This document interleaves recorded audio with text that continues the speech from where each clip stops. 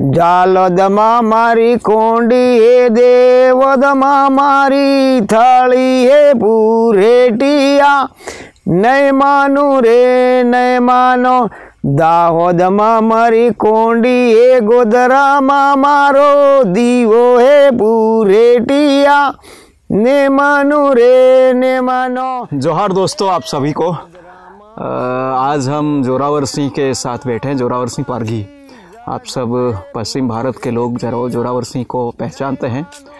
एक ऐसी हस्ती जिसने आदिवासी साहित्य और आदिवासी इतिहास को उजागर करने के लिए अपना आन बान शान, अपना जीवन लगा दिया है।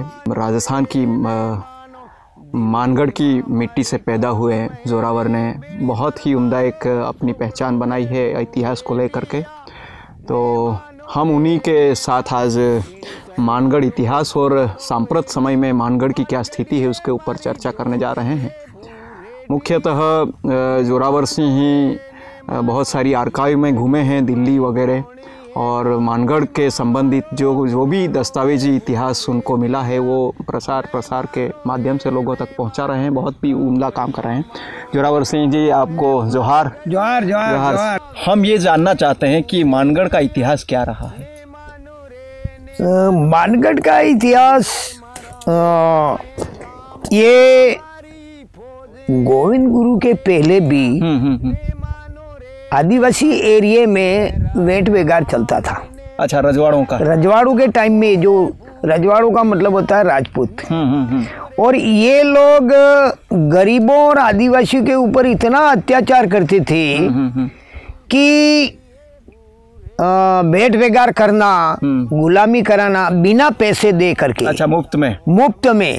और आदिवासी लड़का कोई शादी करके आता था ना, तो पहले रावड़े यानी राजा का ठिकाना होता था, वहाँ उस बच्ची को 5 दिन तक रखा जाता था। अच्छा, मतलब अगर किसी की अच्छी बहू आई, हाँ, बेटी, तो उसके ऊपर भी ये लोग नजर रखते थे। हकीकत बात थी, ऐसा हमारे बाप दादा बताते हैं। तो ये कौन से इलाके में कौन कौन से रजवाड़े? ये देखो, गढ़ी इलाका है, सूत इलाका है, इधर से बारिया का इलाका है, उधर जालोद है, इधर जाबुआ है। जितना आदिवासी एरिया था इस जगह पर अंग्रेजों ने तो हमारे साथ खिलवाड़ किया ही किया, लेकिन इनको मिल करके राजपूत और रजवाड़ा लोगों ने भी अन्याय किया हमारे साथ। पर ये तो पुराने तो अपने भीलों के ही तो स्टेट थे, ये सब भीलों के स्टेट थे। लेकिन इन लोगों ने क्या किया कि ये लोग बहुत बड़े चालाक हैं, होशियार हैं, तो उनको क्या है, धीरे धीरे डाइवर्ट कर दिया। अपने लोगों से हथिया लिया, धीरे धीरे डाइवर्ट करके उन्होंने हथिया लिया, और हथियाने के बाद में इन लोगों को गुलाम बनाया गया। और मूल बात जो थी, ये जो मानगढ़ हत्याकांड, मतलब वैश्विक लेवल पे जिसको बहुत चर्चाएं होती है, क्योंकि वो जलियांवाला कांड से भी ज़्यादा मतलब लोगों की हत्या कर दी गई थी। तो ये कौन से समय काल की ये घटना है? ये मानगढ़ 17 नवंबर 1913 की घटना है। मतलब कितने लोग मारे गए थे? इसके अंदर में नेशनल आर्मीज में एक बार 300 दिया है, अच्छा, एक बार 900 दिया है, और एक बार दूसरे जो बाकी दिए हैं उसकी एक फाइल और नेशनल आर्मीज में बाकी है। अच्छा, आर्काइव में नई दिल्ली में वो बोलता है कि फट गई है, ठीक करके दे रहे हैं, ऐसा करके उस फाइल को, जो हकीकत बात है, उस फाइल को अभी तक हमारे तक नहीं आने दिया। हम 10 बार गए, भाई वो सेकंड फाइल बाकी है, वो हमको दी जाए। नहीं, वो तो फट गई, उसको ठीक करने में टाइम लगेगा। जो उसके अंदर में हकीकत लिखा हुआ है, जो मानगढ़ हत्याकांड हुआ उसके अंदर में पोंजा दीरा पारगी के घर पे जो फौजदार ने जो बलात्कार किया था, वो नेशनल आर्मी के अंदर में जो इतिहास निकाला उसमें लिखा हुआ है। गुल मोहम्मद और एक दूसरा मोमेडन है, जिन्होंने बलात्कार किया था और उनको मार दिया था। ये बात आज दिन तक न तो किसी पार्टी ने कही और न किसी समाज ने कही।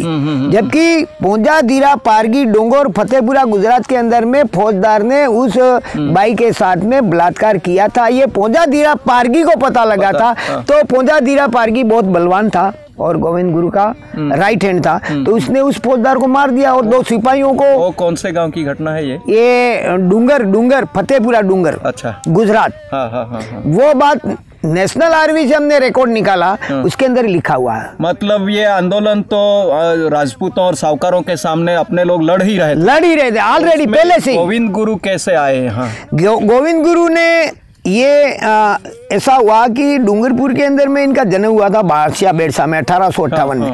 लेकिन हुआ क्या कि वो बचपन से ही सात्विक था और गरीबों के साथ रहता था और गरीबों को अच्छी शिक्षा देना, जीने की राह बताना, गुलामी नहीं करना और चोरी नहीं करना और वेट वेगार नहीं देना। तो वो क्या राजपूत लोगों को खतरा हो गया, डूंगरपुर महारावल को खतरा हो गया कि ये बंजारा जाति का टैक्स बंद हो जाएगा तो हमारा कैसे होगा, लोग जागरूक हो जाएंगे, लोग जागरूक हो जाएंगे और हमको कोई मिलेगा नहीं और हमारा गुलामी कोई करेगा नहीं।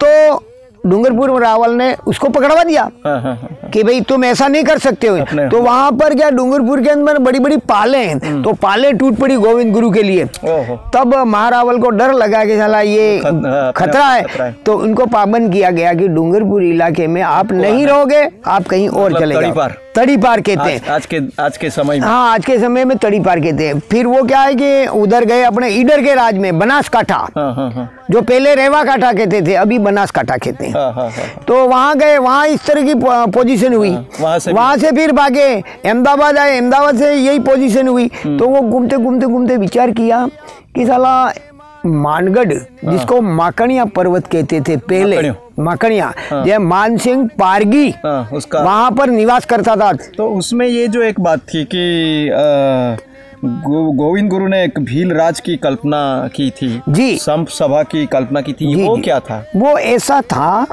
कि मतलब भील राज का मतलब क्या था? अपना ये स्वराज, अपना राज। अच्छा, अपना राज यानी हम करेंगे वो सही, मतलब स्वराज, अपना राज। मतलब गांव में झगड़ा हो या कोई भी हो तो कोर्ट कचहरी नहीं जाएंगे और मिल बैठ करके निर्णय करके उसका फैसला कर देंगे। दूसरी बात क्या था कि भील राज को कायम करना।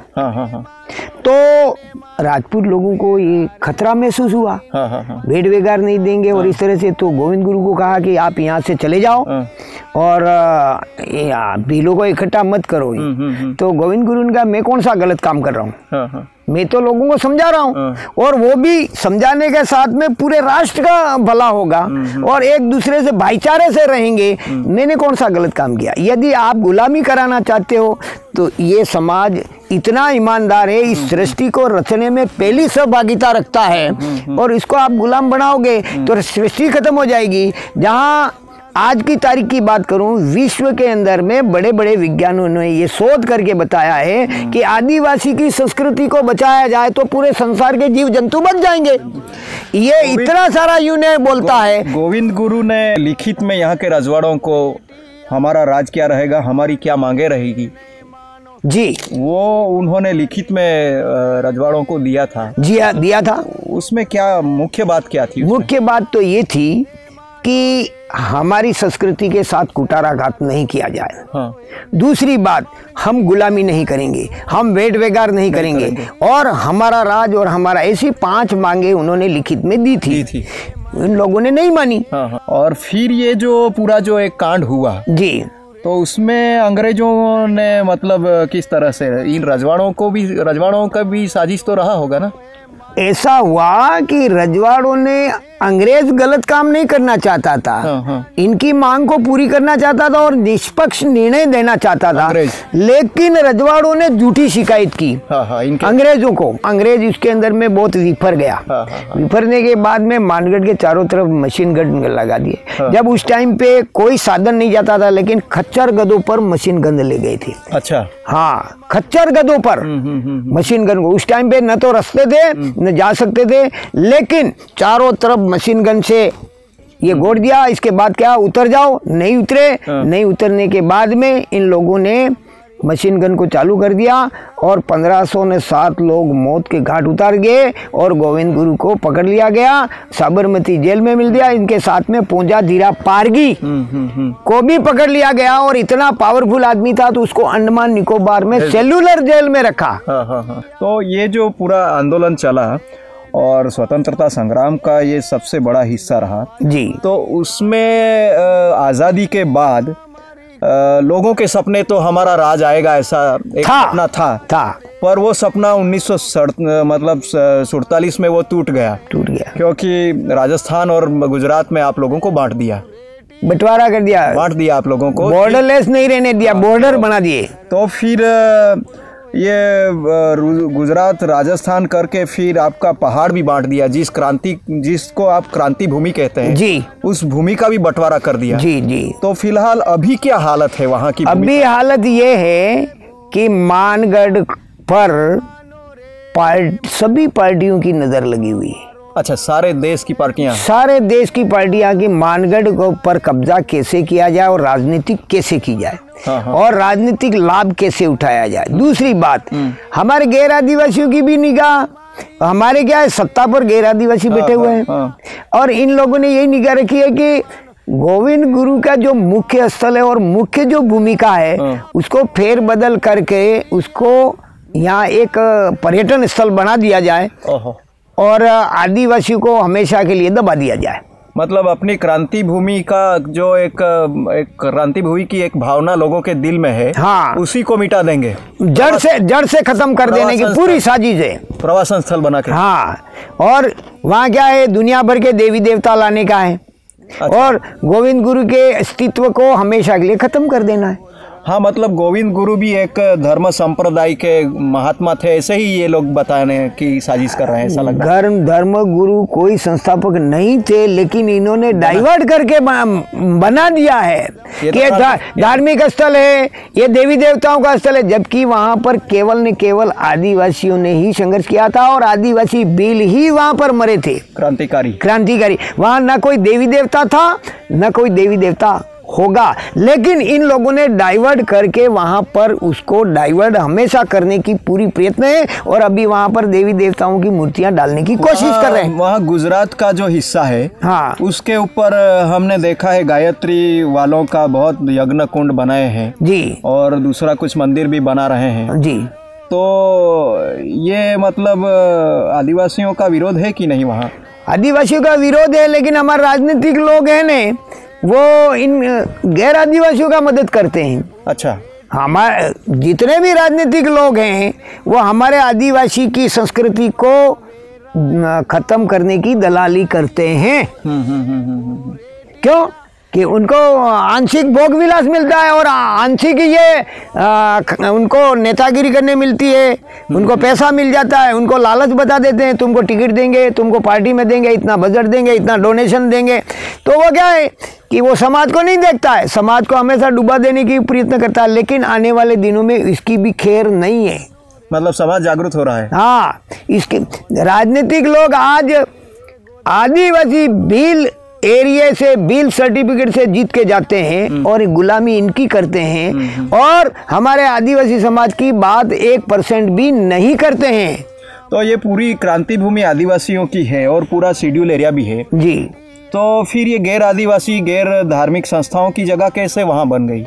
ऐसा हुआ मतलब छीन लिया गया कि क्या हुआ? छीन नहीं लिया गया, सरकार ने दे दिए इन लोगों को। सरकार ने भी नहीं दिया है। तो कैसे हुआ क्या कि हमारे लोग एक तो धार्मिक आस्था में ज्यादा उतार दिए गए, मतलब और उनको डाइवर्ट करने का धीरे धीरे षड्यंत्र कार्यक्रम चालू किया, इसीलिए और अपने लोगों को हथियाने की कोशिश की गई। हाथे बनाए गए, कुल्हाड़ी इनकी रही, हाथे हमारे लोगों की बनाएगी। जैसे हमारे राजनीतिक लोग MLA MP सांसद जिला प्रमुख प्रधान कोई बोलते ही नहीं भाई ये हमारे क्रांति का स्थल है, आपको इस तरह की दखल अंदाजी नहीं करनी चाहिए, लेकिन वो गुलाम हो गए तो और नहीं कर रहे। अभी हम सुन रहे हैं कि वहाँ RSS वाले कुछ भारत माता का कोई मंदिर बनाने जा रहे हैं, ऐसा हमें भी जानकारी मिली है। गुजरात के एरिया में भारत माता की मूर्ति डालने जा रहे हैं, लोगों का विरोध भी हो रहा है और होगा, ये बात भी तय है। अब भी इनकी पूरी कोशिश है, लेकिन राजस्थान और गुजरात के आदिवासी एक हो चुके हैं, ये नहीं होने देंगे। हो भी गया तो बहुत बड़ी क्रांति पैदा होगी। तो जैसे हम गोविंद गुरु के वहाँ जो क्रांति भूमि को देखते हैं तो एक जो हमारा ख्याल है कि गोविंद गुरु एक क्रांतिकारी था जी, और जब जैसे ही हम वहाँ पहुँचते हैं तो उसके सामने तो एक मंदिर बना के रख दिया है जी। और उसी की पूजा अर्चना शुरू हो गई है।